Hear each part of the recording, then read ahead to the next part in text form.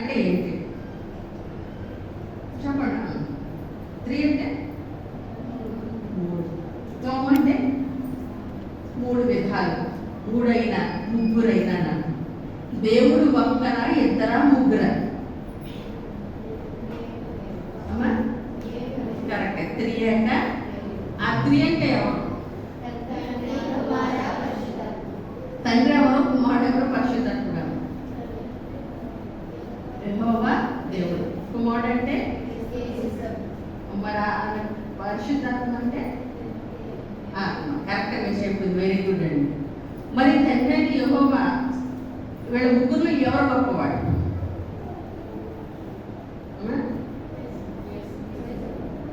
అమ్మా నా తండ్రి పంపితే నేను వచ్చాను అన్నాడు. ఆయన ఆజ్ఞ ప్రకారం నేను చేస్తాను అన్నాడు. కుమారుడికి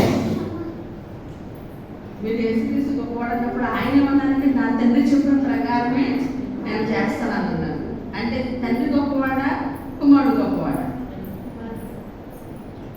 నేను చెప్పడం కూడా కరెక్ట్గా ఉందండి. నా తండ్రి సెలవిస్తేనే తప్ప నేను ఏమీ చేయలేను అన్నాడు. అలాగే తండ్రి నా ఆత్మను నీ సన్నిధిలో ఇస్తున్నాను, నీ చేతులకు. కుమారుడు తన ఆత్మను, తన ప్రాణాన్ని ఎవరి చేతికి అప్పగించాడు? అమ్మా మరి తండ్రి చేతికి అప్పగించినప్పుడు తండ్రి గొప్పవాడా, కుమారుడు గొప్పవాడా? అమ్మా సత్యం చెప్పాలి.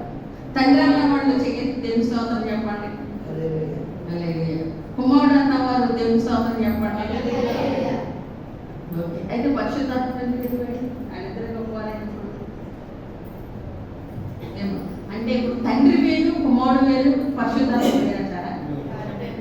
మరి కుమారుడు గొప్పవాడని మీరు ఎలా అంటున్నారు? అమ్మా తండ్రి గొప్పవాడని మీరు ఎలా అంటున్నారు? కుమారుడు గొప్పవాడని మీరు ఎలా అంటున్నారు? అసలు ఏమి గొప్పతనం లేదు, పరిశుద్ధాత్మ ఎందుకు మనకి? ఊరికే చక్కని ప్రశ్న రూపంలో చెప్పేసుకోవచ్చు. చాలా మంది అంటున్నారు మాకు 1,000,000 మంది దేవతలు ఉన్నారు, మీకేంటి ఒక దేవుడు అంటారు. మరి కొంతమంది మాకు 3 దేవుడు, క్రైస్తవులు 3 దేవుళ్ళు అంటున్నారు. నిజంగా 3 దేవుళ్ళు ఉన్నారా మనకి? మరి ఎంతమంది ఉన్నారండి? ఎవరండి? ఒక ఆయన మీరా? తండ్రి యొక్క, కుమారుడు యొక్క, పరిశుద్ధాత్మ అంటారు కదా. తండ్రి నామములు అనొచ్చుగా, మళ్ళీ 2 ఎందుకండి? 2 ఎందుకండి? కుమారుడు ఎందుకు, పరిశుద్ధాత్మ? ఈరోజు ఆ విషయం అనేది ఎందుకంటే ప్రతి సంవత్సరం మనకి అంటే ఈ నెల 5 వారాలు ఉంది కాబట్టి ఆఖరి వారం వచ్చింది. జూన్ 1వ వారం అయితే ఈ త్రిత్వమనే వస్తుంది. కాబట్టి దేవుడి కృపను బట్టి ఇంకా ట్రాన్స్ఫర్ అనేది వస్తే ప్రతి చోట మొదటి వారం, మొదటి నెల ఇదే వారికి వెళ్ళిన చోట చెప్తూ ఉంటాం మేము త్రిత్వం గురించి. చెప్పండి, త్రిత్వము అంటే ముగ్గురా, ఒక్కరా? చెప్పండి. త్రిత్వం అంటే తండ్రి, కుమార, పరిశుద్ధాత్మ. మరి వీరిలో గొప్పవారు ఎవరు?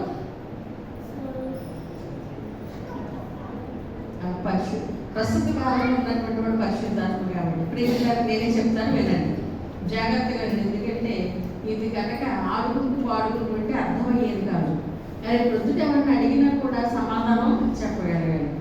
తండ్రి, కుమార, పరిశుద్ధాత్మ ముగ్గురు వేరంటే ముగ్గురు వేరని చెప్పవచ్చు, వేరని చెప్పలేదు. తండ్రి మొట్టమొదటిగా ఈ భూమిని, ఆకాశం సృష్టించేది తండ్రి అయిన యెహోవా. తండ్రి అయిన యెహోవా తర్వాత మనం ఇప్పుడు చదివిన సువార్త పాఠంలో, యోహాను సువార్త 3వ అధ్యాయం 16వ వచనం గంటల వాక్యం అండి, గుర్తుపెట్టుకోండి. దేవుడు లోకమును ఆ ఎంతన్న దగ్గర పరిమాణం లేదండి, ఎంత ఎంతకంటే తన ప్రియబిడ్డల కొరకు తన ప్రాణమును అర్పించినంతగా ప్రేమించాడంట. ఎంతకండి? అమ్మ మీరు బయటకు తిరగమాకండి, నేను చెప్పింది వినండి. ఎంతో ప్రేమించాడు అంటే ఆ ఎంత అంటే తన ప్రాణమునిచ్చినంతగా. మీరు అనవచ్చు నా తల్లి కంటే ఎక్కువగా నన్ను ప్రేమించేవారు లేరండి. వాస్తవే కదండి. తల్లి కంటే ఎక్కువ ప్రేమించేవారు ఉన్నారా? తండ్రి కంటే ఎక్కువ ప్రేమించేవారు ఉన్నారా? ప్రస్తుతం చాలా మంది అనుకుంటారు, ఎవరైతే నా స్నేహితుడి కంటే ఎక్కువ ప్రేమించేవారు లేరనుకుంటారు. నువ్వు చెప్పిన తల్లి కానీ, ఆ తండ్రి కానీ, ఆ స్నేహితుడు కానీ, ఆ అన్న కానీ, ఆ తమ్ముడు కానీ, నువ్వు ఎవరినైతే అభిమానిస్తున్నావో, ఎవరినైతే ప్రేమిస్తున్నావో, బహుశా దైవ సేవకులుగా మమ్మల్ని ప్రేమిస్తున్నామేమో ఎక్కువగా. ఎందుకంటే మా అయ్యగారు ప్రార్థన చేసేందుకు, మా అమ్మగారు ప్రార్థన చేసేందుకు, మా మాస్టర్ గారు ప్రార్థన చేసే మా అక్కర్లని కొదలని తీర్చబడతాయి, అంతకంటే ఎక్కువ ప్రేమించే వారు లేరు అని అనొచ్చు లేదు. కానీ దేవుడి ప్రేమ కంటే మా ప్రేమ గొప్పది కాదండి. ఎలా అంటే తండ్రి కుమారుడైన క్రీస్తు చూడండి, తండ్రిని యెహోవా ఈ నరులను ప్రేమించడానికి తనే కుమారుడు రూపంలో మనుష్య కుమారుడిగా, ఎట్లాంటి ఒక మనుష్య రూపమును ధరించుకుని కుమారుడుగా వచ్చాడు. ఆ తండ్రి మనుష్య రూపమును ధరించుకుని యేసుక్రీస్తుగా మన మధ్యకు వచ్చాడు. కాబట్టి ఇందులో తండ్రి గొప్పవాడు కాదు, కుమారుడు గొప్పవాడు కాదండి. ఇద్దరు కూడా సమానమే, ఇద్దరు కూడా సమానమే. చూడండి, మరొకసారి వినండి. నువ్వు ఈ లోకంలో అభిమానించి ప్రేమించే వారి కంటే దేవుడు గొప్పవాడని చెప్పగల కారణం ఏంటో తెలుసా? నువ్వు ప్రేమించే దైవ సేవకులు, నువ్వు ప్రేమించే ఇహలోకపు తల్లిదండ్రులు, నువ్వు ప్రేమించే నీ కుమారులు నీ కొరకు ప్రాణం ఇవ్వడానికి ఎవరు సిద్ధంగా లేరు. ఉన్నారా? నేనంటే మీకు చాలా అభిమానం, ప్రేమ ఉండొచ్చు. అవునండి, ఎక్కువగా ప్రార్థన చేస్తాం, ప్రత్యేకంగా ప్రార్థన చేస్తాం, మీకు అనిపించవచ్చు. కానీ మీ కొరకే 4 కొడ దెబ్బలు తినమంటే తింటాను నేను? ఏడు సిద్ధపడతానా? నా కారణాలు చెప్పి తప్పించుకుంటానండి. ఒకవేళ ఆ సేవకు కాకపోవచ్చు, మీ గర్భంలో పుట్టిన బిడ్డలు ఉన్నారు, వారు మీ గురించి దెబ్బలు తింటారా? చెప్పండి, తింటారా?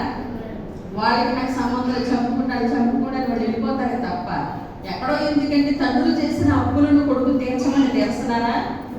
ఆ కాస్త ప్రాణం పోయిందని కూడా తండ్రి ప్రాణం, ఆ అప్పులకి నాకు సంబంధం.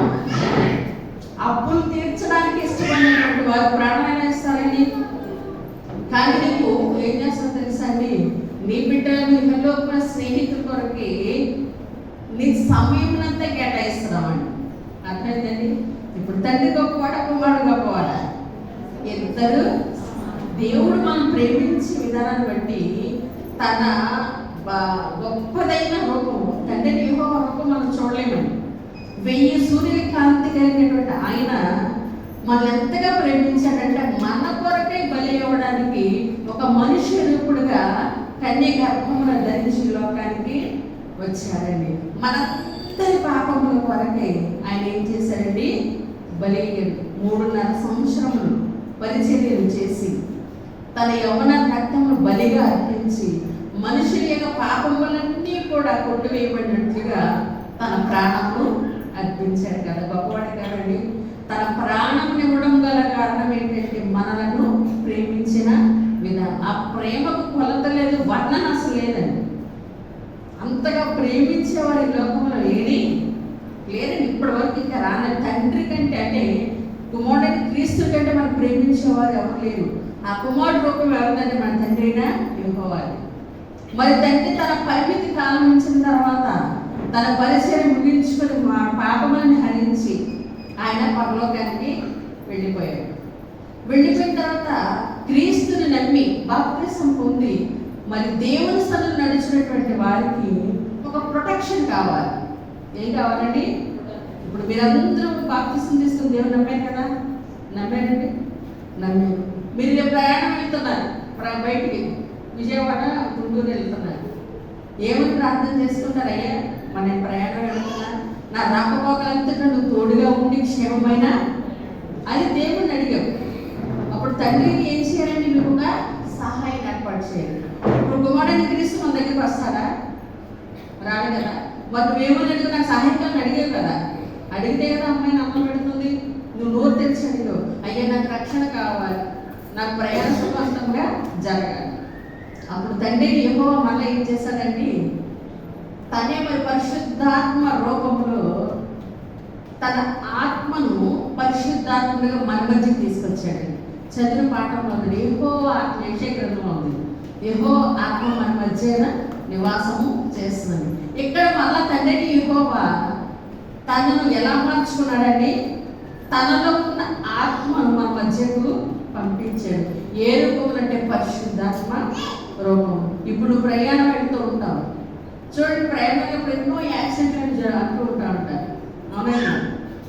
కానీ నువ్వు క్షేమంగా వెళ్ళి తిరిగి వచ్చేవంటి గల కారణము మొదటగా నువ్వు చేసినటువంటి ప్రార్థన. అదేం చేసిందంటే నిన్ను కాపాడి క్షేమంగా సురక్షితము మళ్ళా నీ గృహానికి నడిపించింది. మన అయ్యాక అక్కడ యాక్సిడెంట్ అయింది కదండి.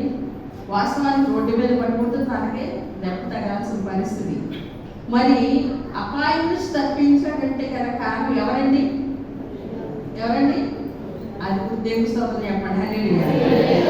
ఇప్పుడు పరిశుద్ధాత్మ దేవుడు గొప్పవాడా? కుమారుడైన క్రీస్తు గొప్పవాడా? యెహోవా తండ్రి గొప్పవాడా? ముగ్గురు సమాధానం చెప్పండి. తండ్రిని యెహోవా రూపమే మరలా పరిశుద్ధాత్ముడు. తనలోని ఆత్మ ఏంటంటే తనలోని ఆత్మను అదృశ్య రూపంగా, ఇది ఆత్మ అని చెప్పారు. కుమారుడైన క్రీస్తు శరీరధారిగా మన కళ్ళకు కనిపించేది. ఇప్పుడు యెహోవా ఆత్మ అదృశ్యంగా మన మధ్యనే. అందుకే నేనంట మందిరంలోకి వచ్చినప్పుడు చాలా జాగ్రత్తగా ఉండండి. ఎందుకంటే ఇక్కడ ఎవరున్నారో తెలుసా అండి? తండ్రిని యెహోవా ఆత్మ రూపంలో మన మధ్యనే సంచారం చేస్తాడు. మీరన్నా చదువు గ్యారంటీ ఏంటంటే మనం మోకరించి ప్రార్థన చేసినప్పుడు ఏమన్నామంటే ప్రభు మా మధ్యకు దిగిరే అన్నారా? మీరు చేయలేదా? ప్రార్థన చేసుకున్నారా? ఎవరైనా చేసుకున్నారు కదా? ప్రభు మా మధ్యకు దిగిరండి, మేము చేసే ప్రార్థనలు ఆలకించి మాకు సమాధానము అంటే అడిగిన దానికి సమాధానం జవాబు దయచేయమను. మరి మనం ప్రార్థన చేసిన దానికి ఆయన రావడానికి అనుమతి చేసేదని మందిరమే కదా. ఇప్పుడు పరిశుద్ధాత్మ దేవుడు ఇక్కడ ఏం చేస్తున్నాడండి? ఆత్మస్వరంగా సంచారం చేస్తున్నాడు. ఒక మాట చెప్తాను వినండి. మత్తయి సువార్తలో ఉంటుందండి 18వ అధ్యాయం. ఇప్పుడు చదవద్దండి. నడుము పోయిన స్త్రీ వచ్చింది. వారు అంటే అప్పుడు కాలంలో పురుషులు మాత్రమే యాజకులకు ఎదురుగా కూర్చునేవారు. స్త్రీలు కూర్చోవడానికి తెరలు అడ్డుగా ఉండేవి. ఆమె తెరల చోటను కూర్చుంది. నడుము ఉండిపోయి ఉంది 18 సంవత్సరాలుగా. అప్పుడు ప్రభువారు ఆమెను పిలిచి తాకి ఆమె నుండి స్వస్థపరిచారు. ఆమె నడుముండిపోయిందని చెప్పి ఆమె వచ్చానని చెప్పలేదండి. ఆయనే ఆమెను పిలిచాడు. ఆయనకి ఎలా తెలిసిందండి? చూపుడు పరిశుద్ధాత్మ యొక్క దేవుడి యొక్క ఆత్మ పరిశుద్ధాత్మ రూపంలో సంచారం చేస్తూ ఇక్కడ కూర్చున్నప్పుడు బిడ్డారా ఎవరు ఏ అవసరం నిమిత్తం వచ్చారో నాకైతే తెలియకపోవచ్చు, కానీ పరిశుద్ధాత్మ దేవుడికి తెలుసండి. ఆమె స్వస్థత కొరకు వచ్చిందని తెలిసి ఆమె ముట్టి స్వస్థపరిచాడు. ఇంకో మరి ఒక మారు ఆమె హన్నా వచ్చింది దేవుని సన్నిధికి వచ్చి మోకరించి ప్రార్థన చేసుకుంటుంది. ఏలీ గారికి ఆమె ఏ ముందు గురించి ప్రార్థన చేస్తుందో తెలుసా? ఏమో తెలుసా? తెలియదు. అందరూ చేసుకున్నారు, అందరూ చేసుకున్నారు, వెళ్ళిపోయారు. ఆమె ఇంకా చేస్తూనే ఉంది. ఎందుకు చేస్తుందో కూడా నాకు తెలియలేదు కానీ ఆమె భుజం కొట్టి ఉన్నాడండి. ఆమె ప్రార్థన అయిపోయింది. ఇంకేం తెలుగు ఎందుకు మంత్రి 60 ఉన్నావు అన్నాడు. కానీ ఆమె ఏముందండి? అయ్యా నా మనసును కుమ్మరించుకుంటాను. ఏలీ గారికి తెలియలేదు, కానీ తండ్రిని యెహోవాకు తెలిసింది తన మనసులో ఉన్న బాధ. గుర్తించి ఆమె సంతానాన్ని ఇచ్చారండి. పరిశుద్ధాత్మ దేవుడు ఎలా ఉంటాడండి? ఆత్మస్వరూపిగా మన మధ్యని. అందుకనే మందిరంలోకి వచ్చిన తర్వాత చూడండి, మాస్టర్ గారు చూడకపోవచ్చు, కెమెరాలు పెట్టినా ప్రయోజనం లేదని, సీసీ కెమెరాలు పెట్టినా వాటికి మనం భయపడాల్సిన పని లేదండి. మాస్టర్ మనల్ని గ్యాగ్లేస్తారు, తిడతారు, వదిలేస్తారు. అంతకంటే ఎక్కువ శిక్షించరు ఆయన. ఎందుకంటే ఆయన అంత అధికారం లేదు. ఎందుకంటే తనకి ఇచ్చిన బాధ్యత ప్రకారము మిమ్మల్ని సైలెన్స్ కూర్చోబెట్టని చేసే ప్రయత్నం. కానీ నిజంగా దేవుని ఆత్మను గ్రహించిన వారైతే మందిరంలో అడుగుపెట్టిన మరుక్షణం నుంచి మనం దేవుని స్వాధీనంలోకి వెళ్ళిపోతామండి. ఇక్కడ నువ్వు నోటితో మాట్లాడుకోవచ్చు, నీకు ఒంటరిగా కూర్చొని కూర్చుని నువ్వు నీ మనసులోనే ధ్యానం చేయవచ్చు. ఇప్పుడు ఆ పిల్లలు ఉన్నారు, రేపటి నుంచి హాస్టల్కి వెళ్ళిపోవాలి. అయ్యా ఫస్ట్ ఇయర్ మంచి మార్కులు ఇచ్చావు, సెకండ్ ఇయర్ కూడా మంచి మార్కులు కావాలి, లేకపోతే అక్కడికి వెళ్ళినప్పుడు మంచి ఫ్రెండ్స్ కావాలి, అక్కడ వాతావరణం సరిపో వాళ్ళ ప్రార్థన వేరే ఉంటుందండి. అలా ప్రార్థన బహుశా వారు చేసుకుంటున్నారు అనుకోండి, దేవుడు వారు ఏమడుగుతారు అక్కడ వారికి సిద్ధపరిచి ఉంచుతారు. అలా కాకుండా ఇక్కడికి వచ్చిన దగ్గర నుంచి తను ఏం డ్రెస్ వేసుకొచ్చింది, నేనేం డ్రెస్ వేసుకొచ్చాను, రేపు సోమవారం ఎక్కడికి వెళ్ళాలి, మంగళవారం ఏ ఊరు వెళ్తాం, ఇట్లా లోకానుసరమైన విషయాలు ఆలోచిస్తే తను వచ్చి కూడా ప్రయోజనము లేదండి. అది యవనస్తులు. అలాగే మీరు కూడా దేవుడి సన్నిధికి వచ్చిన దగ్గర నుంచి దేవుడి సన్నిధిలో చెప్పబడుతున్న వాక్యం మనసు లక్ష్యం ఉంచి ఏ వ్యక్తి గురించి ఏ సంఘటన గురించి చెప్పాడో అయ్యా సాంప్రదాయ బాగుపరిచావు, లేదా రక్తస్రావం స్వస్థపరిచావు, నన్ను కూడా స్వస్థపరచు అని చెప్పే వాక్యాన్ని బట్టి ధ్యానం నుంచి మీరు కూడా మీ అంతరంగంలో ప్రార్థన చేసుకుంటూ ఉంటే మీ హృదయాంతరంగంలో చూస్తున్న దేవుడు తప్పక వారి మొదలకు సహాయము దయచేస్తాడు. అర్థమైందండి? చాలా మందికి ఏమంటే మనం లక్షల కోట్ల రూపాయలు పెట్టి మందిరాలు కడుతున్నామండి. ఆ మందిరాలు మనం అర్హతగా చెప్పుకోవడానికి కాదండి. ఎందుకంటే నువ్వు గృహంలో ప్రార్థన చేసుకోవాలంటే ఈ విధమైనటువంటి పరిశుద్ధాత్మక శక్తి అక్కడ రాకపోవచ్చు. ఎందుకంటే ఎక్కడ ఇద్దరు ముగ్గురు నా నామంలో చేరి ప్రార్థన చేస్తారో, మనం ఇంట్లో ఇద్దరు ముగ్గురు కూర్చుంటే ప్రార్థన చేయగలమా? చేసిన అందులో 4 మాటలే ఉంటాయండి, ఇతరుల గురించినటువంటి దూషించే మాటలు ఉంటాయి. అందుకే అక్కడ పరిశుద్ధాత్ముడు ఉండడు. అదే మందిరంలోకి వచ్చి ఏకీభవించి ప్రార్థన చేశాను. గత వారాంశం అదే వేడగదిలో 120 మంది కూర్చొని ప్రార్థన చేసినప్పుడు వారి మీదకి ఏమొచ్చిందండి?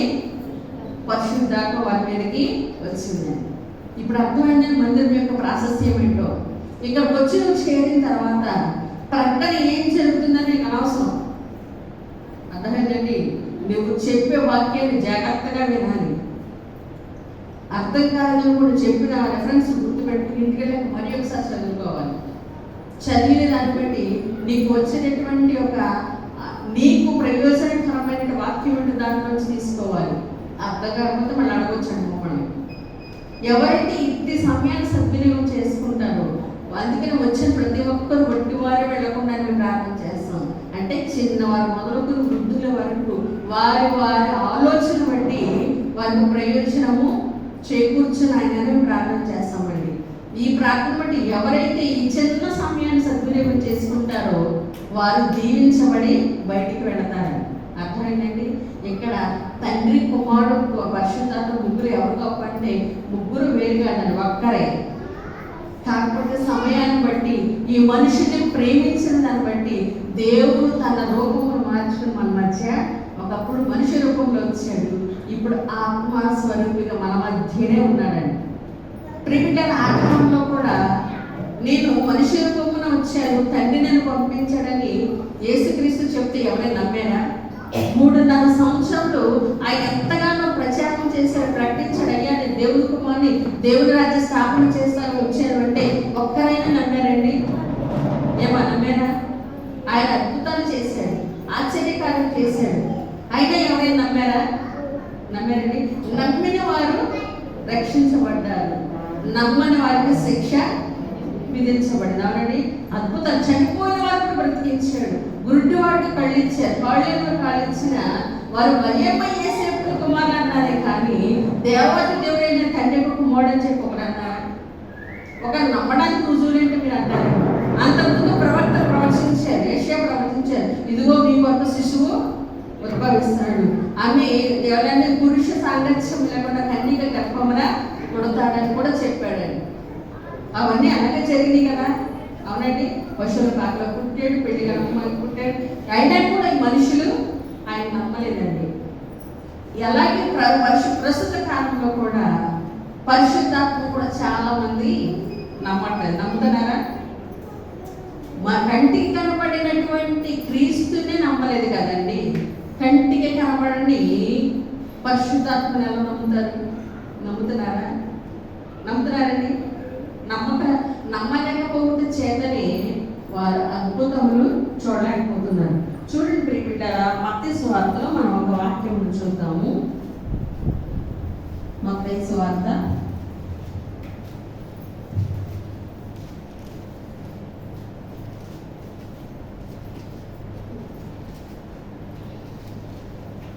16వ అధ్యాయం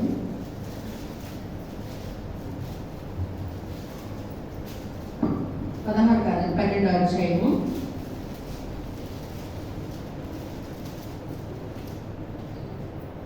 12వ అధ్యాయం చేశారండి. 32వ వచనం. మనుష్య కుమారునికి పేజీ నెంబర్ అక్కడ తీసారా? 13వ పేజీ. మనుష్య కుమారునికి విరోధముగా మాట్లాడువానికి పాప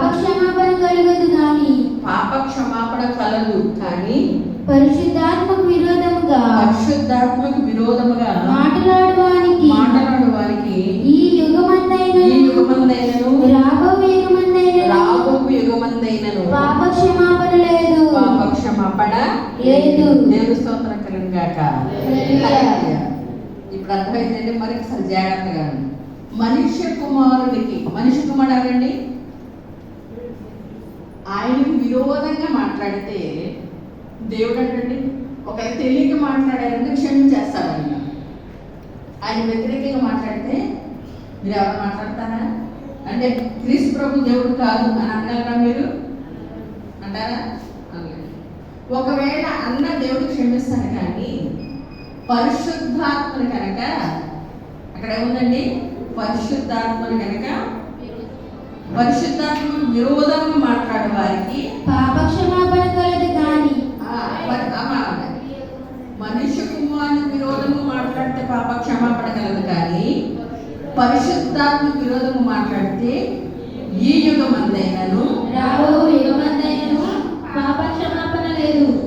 అసలు ఇప్పుడు కాదు, తర్వాత ఎప్పటికీ క్షమాపణ లేదని. నువ్వు ఈ లోకంలో ఉన్నప్పుడు ఎన్ని పుణ్యకార్యాలని చెయ్యి, ఎన్ని దాన ధర్మాలని చెయ్యి, మందిరం కట్టడానికి శ్రమదానం చెయ్యి, 1,00,000 రూపాయలు డొనేషన్ ఇవ్వు, గుడ్డివాడికి దానం చెయ్యి.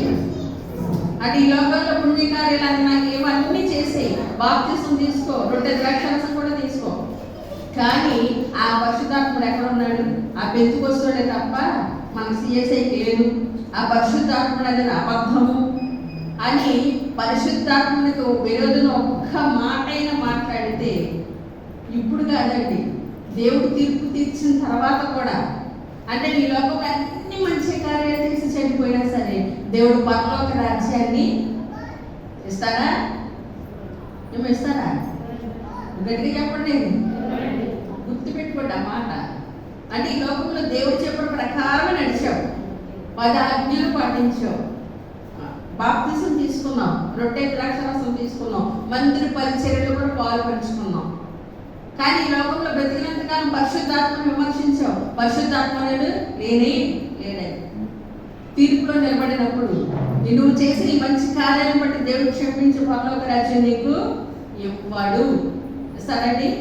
ఇవ్వడను. కనుక ఇవన్నీ కూడా మంచి కార్యమని ఒక ఎత్తే పరిశుద్ధాత్మను పొందుకోవడం కూడా గొప్ప అనుభూతాడు. ప్రిపిట్లారా, పరిశుద్ధాత్మ అనేది ఆత్మస్వరూపుగా తిరుగుతూనే ఉంటాడా?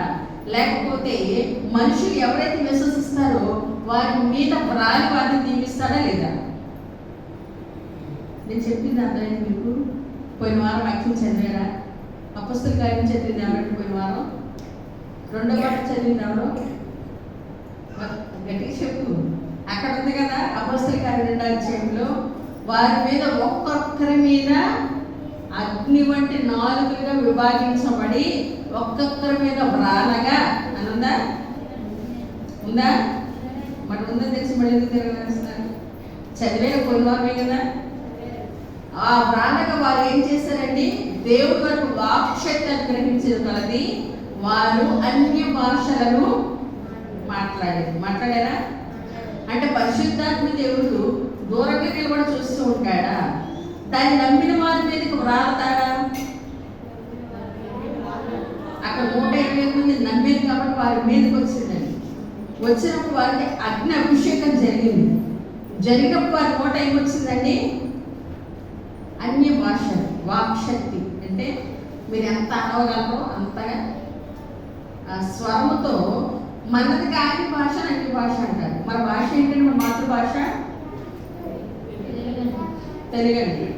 తెలుగు కాకుండా ఇతర భాషలను మాట్లాడగలగడం అన్ని భాష. అది దేవుని యొక్క భాష. మీలో ఎవరికైనా అనుభవాలు ఉన్నాయా?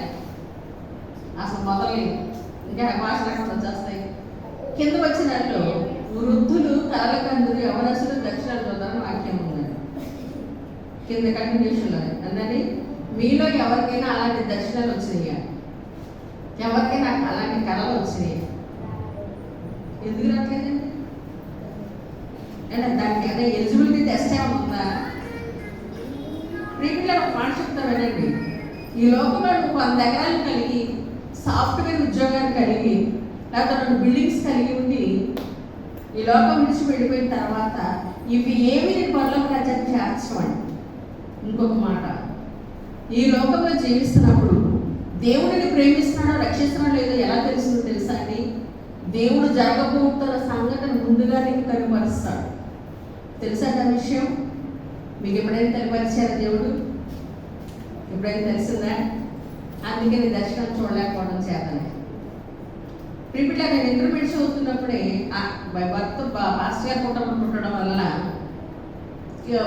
పాటలు పాడమే కాదు, ప్రార్థన కూడా చేసేదాన్ని. పెంతుకోస్తు సహవాసం అని బాగా ప్రార్థన చేస్తున్నప్పుడు అందరూ ప్రవచనం చెప్పేవారు. నాకు అది చెప్పడం తెలిసేది కాదు. కనీసం దర్శనం అయితే నాకు దర్శనం వరకు కావాలి ప్రభు, ఎవరినొస్తున్న దర్శనాలు చూస్తాను, వాక్యం ఉంది కదా, నాకు దర్శనం వరకు కావాలని కోరుకున్నాను. మొట్టమొదటిగా వచ్చిన దర్శనం, మీరు అది మంచిదో చెడ్డ తెలియదు కానీ మా ఊళ్ళో 2 వ్యక్తులు ఒకేసారి చనిపోతే వారి ట్రాక్టర్ మీద తీసుకెళ్తున్నారు. అది మెరుగు వచ్చి చెప్పాను. నేను అప్పుడు ఫస్ట్ ఇయర్ కూడా చదువుతున్నాను, 10th ఇంటర్మీడియట్. మధ్యాహ్నం పడుకున్నప్పుడు లేచి మా అమ్మగారు చెప్పిన తర్వాత మా అమ్మగారు అనిపించాను, అంటే దర్శనం తెలియదు. అదే ఏదో సమయంలో పడుకోకూడదు, పడుకుని ఇలాంటి పేడకలు వస్తాయి. అదే 4 రోజుల తర్వాత వినాయక చవితి వచ్చింది. వినాయక చవితికి చెరువులో తామరపూర్ పోయడానికి వెళ్ళి 2 అనుకున్నాడు, ఒకే ఇంట్లో వాడు వెళ్ళినటువంటి వారు ఒకరికి ఒకరు నీళ్ళు మునిగి చనిపోయారు. వారు చనిపోయినప్పుడు అలాగే ట్రాక్టర్ మీద తీసుకొచ్చారు. మా అమ్మకి ఎలా వర్ణించి చెప్పాను, అలాగే జరిగింది. ఫస్ట్ టైం అమ్మగారికి ఒక భయము, ఒక సంతోషం జరిగింది. ఒకటి ఏంటంటే దేవుడిని అడిగినట్లుగా ఒక వరం వచ్చాడు, కానీ అది మంచి దర్శనం, కానీ అందులో జరగబోయే విషయాన్ని తెలియపరిచాడు. ఆ తర్వాత చిన్న చిన్న సంఘటనలు ఏవో చెప్తూ ఉండేదండి. తర్వాత నేను డిగ్రీకి వచ్చిన తర్వాత మా అన్నయ్యకి మ్యారేజ్ అయిందండి. ప్రార్థన చేసినప్పుడు అలాగే మళ్ళీ కూడా చెప్పాడు, ఒక అమ్మాయి మనలో సోచి చెప్పడానికి వస్తారు చూసారండి, అలా వేషం వేసుకుంది, ఒక బుట్ట పట్టుకుని బొట్లు పెట్టి పసుపు రాసుకుంది. మా ఇంట్లోకి వస్తే నేను రావద్దన్నాను. నీలాంటి మా ఇంట్లో రాకూడదు, మా అమ్మ చెప్తుందన్నాను. మా వదిన ఏముందంటే, నేను పిలిచిన అమ్మాయిని నేను పిలుచుకున్నాను నా చుట్టం అని తను చేయబట్టి లోపలికి తీసుకెళ్ళింది. సరే నేను ఇష్టం లేని చెప్పి ఊరుకున్నాను. తర్వాత వెనుక వచ్చి మా అమ్మగారు చెప్పారు. మా అమ్మగారు ప్రార్థన చేయడం మొదలుపెట్టే నాకు అర్థమవుతుంది, ప్రభు ఏ శోధన రాబోతుందో, ఏ కీడు రాబోతుందో నా కుటుంబం రక్షించాలని. నేను చెప్పిన అందులో పెద్ద తప్పేం లేదనుకున్నా. అన్నట్టుగానే చాలా గొడవలు సృష్టించబడ్డాయండి. మా అమ్మగారికి వాడు అన్నదమ్ముల మధ్య చాలా భేదాలు వచ్చినాయి. ఎంతగానే మా నాన్నగారు చాలా కుంగిపోయారు ఆ విషయంతో.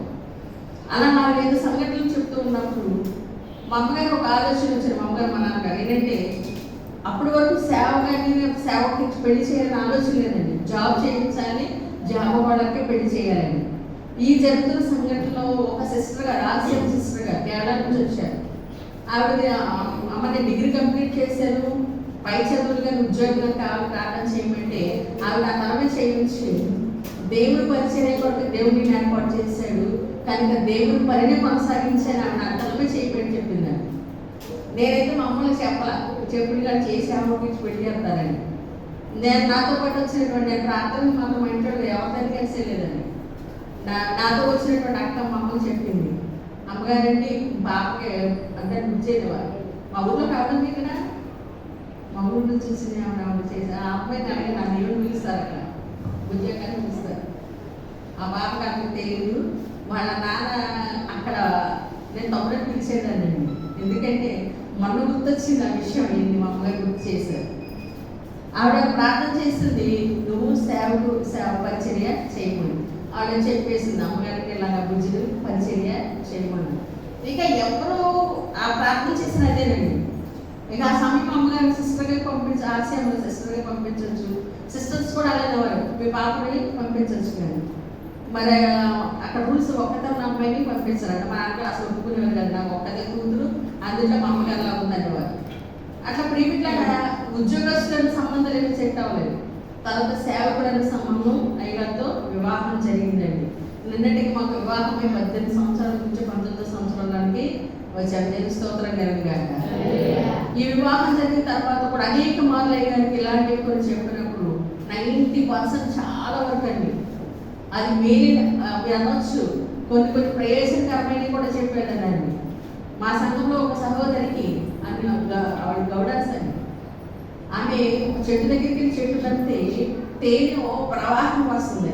ఆమె సీసాలో పట్టుకుంటుందండి. సుజాత అమ్మేడు.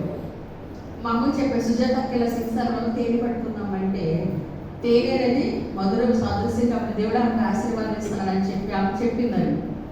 చెప్పినప్పుడు ఆమె కూడా సంతోషించింది, అందులేదు కదా.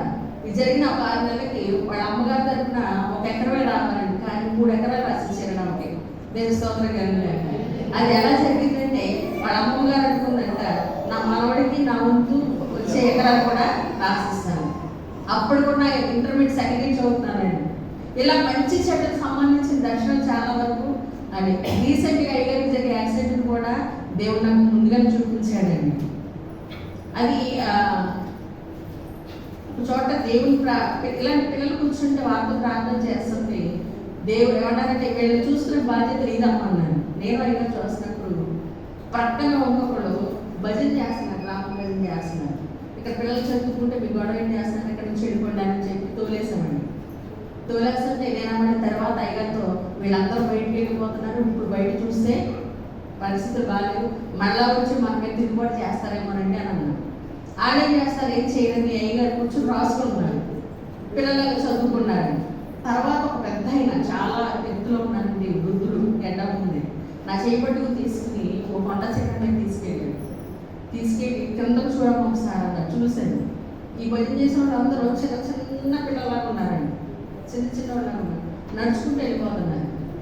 వారు నీ దృష్టిలో అలాంటి వాళ్ళు, వారిని చూసి నువ్వు ఎందుకు భయపడుతున్నావు? నువ్వు భయపడాల్సిన బయలు స్వల్పమైన విషయమే కనుక నువ్వు ధైర్యంగా ఉండని చెప్పి వెళ్ళిపోయాడు.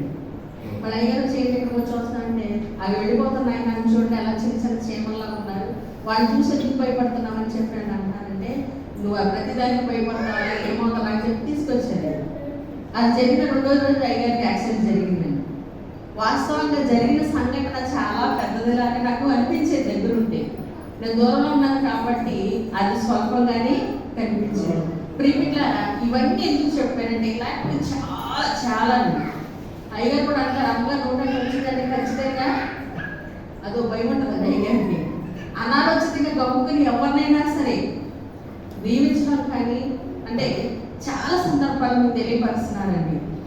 వివాహ కాలంలో ఎవరైనా సరే లేకపోతే ఉద్యోగం లేనైనా సరే దేవుడిని దీవిస్తాను వెళ్ళిపోవాలని చెప్పాలని వెళ్ళాలి. రీజన్ ఒక అబ్బాయి అలాగే నాన్న మీటింగ్కి వెళ్తున్నాం కదా, మనం అక్కడ ప్రార్థన చేసి ఇంటికి వచ్చేసరికి దేవుడు గొప్ప శుభార్తలను తెలియజేస్తాడు అన్నాను. ఇంటికి వచ్చి ఆ రాత్రి ప్రేర్ చేసిన మరుసటి రోజు తన భార్య నీరసంగా ఉందని హాస్పిటల్కి వెళ్దామని వెళ్ళొచ్చారండి. ఆ డాక్టర్ గారు టెస్ట్ చేసి అన్ని సెకండ్ మంత్ అని చెప్పాను. నేను స్తోత్రం కలుగుగాక. ఇలాంటివి ఎన్నో దేవుడు ఎలా పలికించాడు మీ బిడ్డలారా, దర్శనం చూపించాడంటే పరిశుద్ధాత్మ అభిషేకం ఉన్నటువంటి వారికి మాత్రమే ఇవి జరుగుతాయి. ప్రార్థించిన వారికి స్వస్థత, జరగబోతున్న కార్యాల మీద దర్శనము, ఇవన్నీ ఎవరికి వస్తాయంటే ఈ పరిశుద్ధాత్మ శక్తిని పొందుకున్న వారికి మాత్రమే. ఇప్పుడు పరిశుద్ధాత్మల ప్రయోజనం ఏంటి అర్థమైందండి అంటే మీరు అనొచ్చు, ఒక సహోదరికి ఇలాగే శోధన రాబోతుందని తెలియపరచబడింది.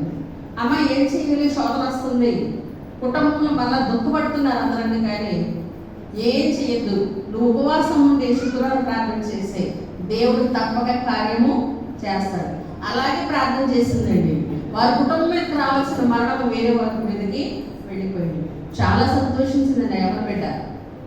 ప్రియబిడ్డ పరిశుద్ధాత్మ పొందుకోవడం వల్ల జరిగే ప్రయోజనము అర్థమైంది అనుకుంటాను మీకు. అందుకని హేళన చేయొద్దని, ఎగతాళి చేయొద్దని ఇక్కడ వాక్యం ఉందండి. అర్థమైందా? పరిశుద్ధాత్మను పొందుకోవడానికి ప్రయత్నము చేయాలి. మరి పరిశుద్ధాత్మ ఎవరి మీదకి వస్తుందండి? ఎవరి మీదకి వస్తుంది పరిశుద్ధాత్మ? ఆత్మలో నిన్న శుక్రవారం చెప్పాను, ఆత్మలో కపటము లేనివాడు ధన్యుడు. ఎవరండి? ఆత్మలో మనం చదివినటువంటి 33వ కీర్తనేనండి మనం చదివాం కదా ఈరోజు.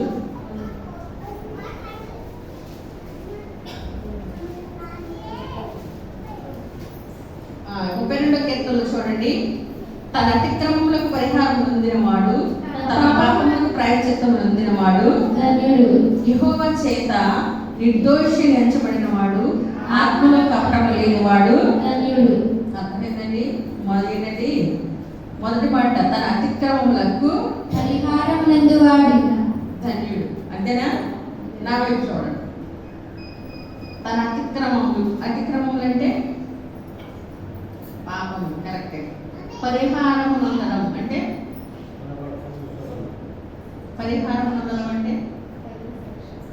తగినటువంటి శిక్షను పొందుకోవడం, పొందేయడం ధన్యత కాదు. ఒక మాట చెప్తారు అదండి. నేనే ఉన్నాను మీ దగ్గర, ఇక్కడ బ్యాంక్ బీరువాలో దాచాను ఒక 10,000 రూపాయలు దాచారా? అది నేను తీసుకెళ్ళి కూడా మీ కళ్ళారా చూసారండి. ధర్మాలు వెళ్ళి రాకున్నా మీకు తెలుసు కాబట్టి ఆల్రెడీ పోలీస్ స్టేషన్లో చెప్పేశారు, పలానాడు 10,000 తీసుకెళ్ళి చూసాము. వాళ్ళు కనబడకుండా అక్కడని ఇక్కడని అక్కడ తిరుగుతున్నారు. నేను వెళ్ళిన చోట మనశ్శాంతిగా ఉంటానా, భయంతో ఉంటానా? అమ్మా భయం కదా. సరే అలా కాదండి, నా పోలీస్ స్టేషన్ మీ దగ్గరికి వచ్చి అమ్మ నాకు అత్యవసరమై మా పిల్లలకి ఫీజు కట్టాలి, అందుకని మీరు ఎవరికి తెలియకూడదు ఉద్దేశంతో మళ్ళీ కట్టలేదమనిపించి ఆ 10,000 తీసుకున్నాను. సరే మీకు వచ్చే అక్టోబర్ లోపు లేకపోతే సెప్టెంబర్ లోపు ఆ 10,000 మళ్ళీ జమ చేసేస్తారు. ఇది మరి ఇంత కేసు వదిలేయండి, పోలీసుల వరకు వద్దు అని మీకు చెప్పారనుకోండి. మీరు కూడా సరే అవసరం కొరకు తీసుకున్నాను అమ్మగారు, అక్టోబర్కి కట్టేస్తున్నాను కాబట్టి సర్లేండి అక్టోబర్కి కట్టండి అని చెప్పేసి వెళ్ళిపోయాను. అప్పుడు నా మానసిక స్థితి ఎలా ఉంటుందండి అమ్మా? ప్రశాంతంగా ఉంటుందా? మీరు వెంటనే కట్టేయమని కూడా అట్లా మీకు ఎప్పటికి ఇస్తుంది అక్టోబర్ లోపు అన్నానండి. అంటే అప్పుడప్పుడు 2,000 అప్పుడు 2,000 అయినా అలాగని తీర్చేయచ్చు. అప్పుడు మీ ఎదుట నా మనసు ఎలా కనపడుతుంది, నేను కూడా ఎలా ప్రవర్తిస్తానండి? ఒక ధైర్యముగాను ఏమండి నింద లేకుండా మానసికమైన సంతోషంతో ఉంటాం. అదే పరిహారం పొందినవాడు. మన పాపములకు మరి పరిహారం పొందామా? పరిహారం పొందినటువంటి వారండి యెహోవా చేత నిర్దోషి. ఎవరి చేత అండి? నా చేత కాదండి, మాస్టర్ గారి చేత కాదండి, అయ్యగారి చేత అంతకంటే కాదండి. ఎవరి చేత అనాలి? నేను అనుకోండి వీళ్ళు నాకు ఇష్టం కాబట్టి వాళ్ళు ఎన్ని దొంగతనాలు చేస్తారు, ఆ పిల్లలు అలాంటి వాళ్ళు కాదని అంటారు, ఎందుకంటే వాళ్ళ మీద అభిమానాన్ని బట్టి. కానీ తండ్రి యెహోవా అయితే ఏం చేస్తానండి? ఏమండి నిర్దోషిని ఎంచుతాడా? ఆయన ప్రేమ పక్కన పెట్టి దోషిని దోషిగానే చూస్తారు. అందుకని మనుషులు నువ్వు మంచిదాన్ని మంచోడు అన్నందుకు పొంగిపోవద్దండి. దేవుని దృష్టికి మనము మంచివారిగా కనిపించాలి. ఎవరైతే నిర్దోషులుగాను అతిక్రమములకు పరిహారం పొందిన వారు ఉంటారో వారి మీద ఆత్మ కుమ్మరించబడుతుంది. ఇంకొకటి ఏకాత్మ కలిగి ప్రార్థన చేస్తారో వారి మీద కూడా కుమ్మరించబడుతుందండి. ప్రిమిట ముగిస్తాను వాక్యం. దేవుడి 3 రూపంలో మీకు ఇప్పుడు అర్థమైంది. ముగ్గురులో ఎవరు గొప్పవాడండి? ముగ్గురు తండ్రిని యెహోవాయే ఆయా పనులు అంటే ఆయా అవసరాలు. ఎలాంటి అవసరాలు చెప్పమంటారా? మనం చదివినటువంటి కీర్తన 33వ కీర్తన 7వ వచనం చూద్దామండి. సముద్ర జలములను రాశిగా కూర్చువాడు ఆయనే, అగాధ జలములను కోట్లలో కూర్చువాడు ఆయనే. చాలా సముద్ర జలములను చెప్పండి అంటే ఏంటండి? సముద్ర జలాలు రాసిపోయడం అంటే తెలుగు మనకు తెలిసిన భాషే కానీ చదివేసరికి అర్థం తెలియట్లే. అమ్మ వ్యవసాయ పంట పడింది కదా, చక్కగా ఎంత బాగా నిద్రపోతారు, ఏసీ రూమ్లు పెట్టుకున్నారండి. ఏమండి నిద్రపోతున్న తెలుస్తూ అతను చెప్పండి, చెప్పరండి. నిద్రపోతున్న వాళ్ళు చెప్పండి, మెలుగున్న వాళ్ళు చెప్తున్నారు. మన వరి పడింది కదండి, మిషన్ పోసిన తర్వాత ఎక్కడెక్కడ పోసేసారు వడ్లు అవన్నీ తీసుకొచ్చి ఎలా పోసారండి? ఎక్కడ పోసారు? దాన్ని రాసాను. రాసిగా ఇసుకలు పోయొచ్చు, ఇంకా వడ్లు పోయొచ్చు, గోధుమలు పోయొచ్చు, జొన్నలు పోయొచ్చు. ఇంకేనమ్మా అంటే రూపం కలిగిన వాటిని కనపదార్థాన్ని రాళ్ళని ఏమైనా రాశిగా పోస్తాం. అది ఏ మానవుడైనా చేయగలరు. కానీ నీ కొరకు నా కొరకు సముద్ర జలాన్ని ఎలా పోసాడండి? ఇప్పుడు అర్థమైన నీటిని ఎలా పోసాడట? వరి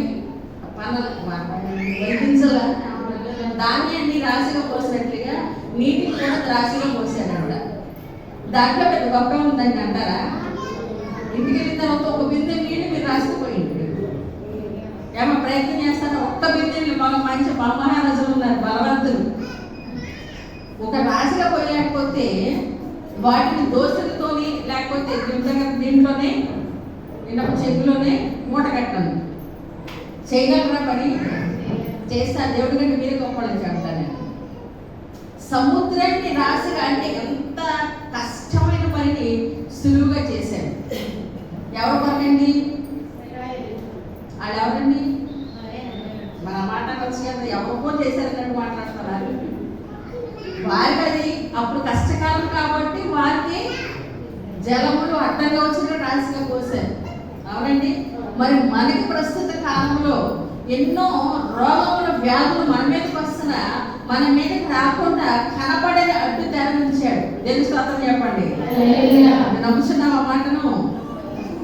నీ మీదకి ఏ విధమైన ప్రమాదం శోధన కానీ మరి రోగములు రాకుండా కనబడని పరిశుద్ధాత్మ దేవుడు ఒక తెరను అడ్డుగా ఉంచాడు. నమ్ముతావా? ఎందుకంటే జలాలు రాశిగా పోసినందుకు ఈ వాటిని నిరోధించడం గొప్ప కష్టమేమి కాదు. అవునండి. నీ గర్భంలో పుట్టిన కుమారుడే నిన్ను ఒక కోరిక కోరుతాడు. ఎవరండి? నాకు బండి కావాలి అన్నాను. బండి మీద సామర్థ్యం నీ దగ్గర లేదు, ఉందా? నా కొడుకుని అడిగే కోరిక వెళ్ళేస్తావా? దానికోసం అమ్మా ఈ డాక్టరాలు రుణం తీసుకున్నాం, బ్యాంకు దగ్గర రుణం తీసుకున్నాం, ఈఎంఐలో తీసుకున్నాం, ఒక బండి కొనిస్తున్నావా? కొనిచ్చిన తర్వాత నీ కుమారుడు పడే సంతోషాన్ని చూసి నీవు కూడా ఎంతగానో సంతోషిస్తున్నావు. అవునండి. నీకు అసాధ్యమైన కూడా నీ కొడుకు మీద ఉన్న ప్రేమను బట్టి నువ్వు అప్పుల పాలు కూడా అవుతున్నావు. అలాంటిది నీకంటే ప్రేమించే తండ్రి నీ ప్రయోజనం కొరకు, నీ క్షేమం కొరకు సముద్ర జలాలు ఏం చేశాడండి? అమ్మా కొంచెం గట్టిగా చెప్పండి. దేవుని స్తోత్రం చెప్పండి. దేవుని కార్యం అంత గొప్పవండి. ఇంకొక రెండో మాట ఏంటమ్మా? చెప్పండి. కోట్లలో కూర్చువాడు ఆయనే. కరెక్ట్గా చదవాలి. అగాధ జలములను కొట్లు అంటే ఏంటమ్మా? గార్డెన్స్. కొట్లు అంటే ఏంటి? నేను ఇందాక చెప్పాను పురుషులు కూడా మీరు దోశలు చేయలేకపోతే జేబులో పోసుకోండి. ఒక వాటర్ బాటిల్ నీళ్ళు ఎన్ని ఉంటాయో జేబులో అంటే దేవుడి సంగతి తీసుకొచ్చి పోసేయండి. అంత సమృద్ధి అయిన ధనం దేవుడు మీకు ఇస్తాడు.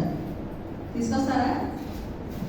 నేను చెప్పిన మాట మీరేమో చెరువులో పోసుకురండి, వాళ్ళేమో జేబులో పోసుకొస్తారు. ఎంత తీసుకొచ్చి పోసారో అంతగా బంగారం కానీ అంత డబ్బు కానీ మీకు అనుగ్రహించబడింది కాక తీసుకొస్తారా? మరి తీసుకురారా? కనీసం ప్రయత్నం చేస్తారా? తీసుకురండి. ఎక్కడమ్మా? వాటర్. మీరేం ఎక్కడండి? యాత్ర జబ్బులో మాత్రం పోసుకొచ్చి ఎందుకంటే డబ్బులు ఎక్కడ పెట్టుకుంటారు?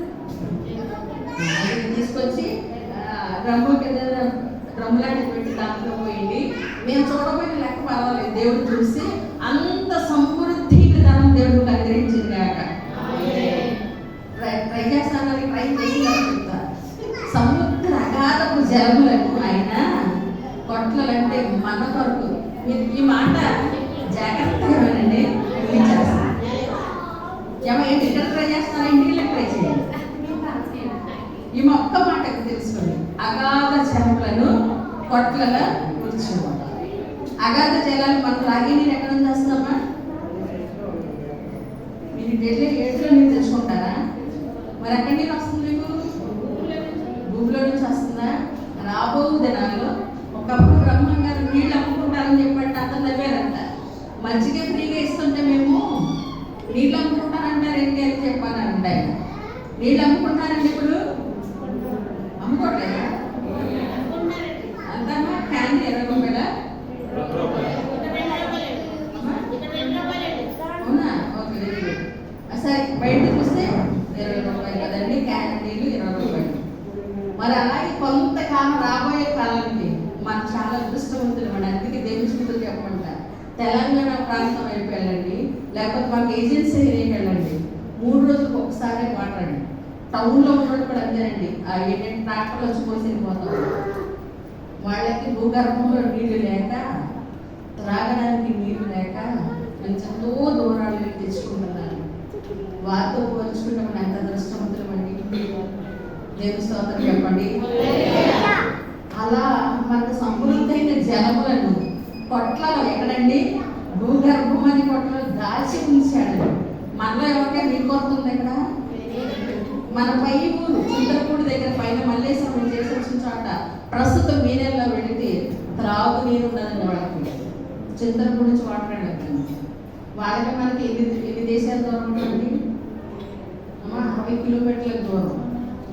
కానీ అక్కడ పరిస్థితి ఇక్కడ పరిస్థితి తేడా ఏంటండి? మనకి సమృద్ధి అయిన నీరు వారికి. ఇప్పుడు అర్థమైందమ్మా?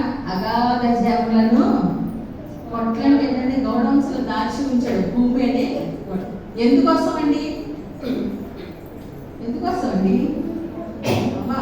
ఇప్పుడు ఒక తల్లి ఉన్నాం, 2 బిడ్డలు ఉన్నారు, అక్కడ అన్నం ఉంది, మంచినీళ్ళు ఉంది, నీకు బాగా విపరీతంగా ఆకలేస్తుంది.